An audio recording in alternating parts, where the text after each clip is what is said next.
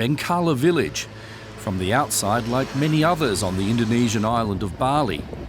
It's home to around 3,000 people, with several dozen who are deaf and mute. But despite their small numbers, they don't feel isolated. That's because just about everyone here, even children, uses sign language. The locals call it kata kalok, or deaf talk, and villagers began learning it so their neighbours wouldn't feel left out. I feel normal in my surroundings because it's not hard to communicate. The sign language in Bangla is completely different from any other in the world.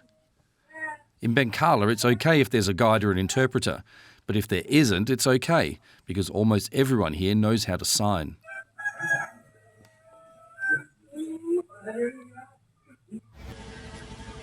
And for most, the language has been easy to pick up. If you want to say father, it's like this. And if you want to say brother-in-law, it's like this. And if you want to eat, you do this. And if you drink, you do this.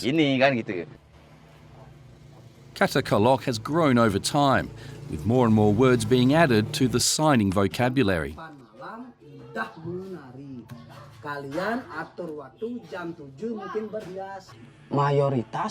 A majority of Bangla residents understand the sign language because it's also a body language. And it's easy for them to learn.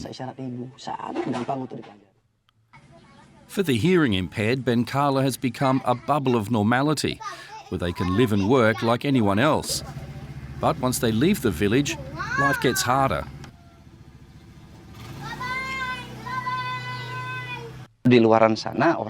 Outside, the deaf-mute people are considered dumb. Here, they're not discriminated against. They just can't speak or hear. If they need to communicate with people outside the village, we give them interpreters. But here on the streets of Bangla, there are no barriers to daily discourse, because people have found a common language.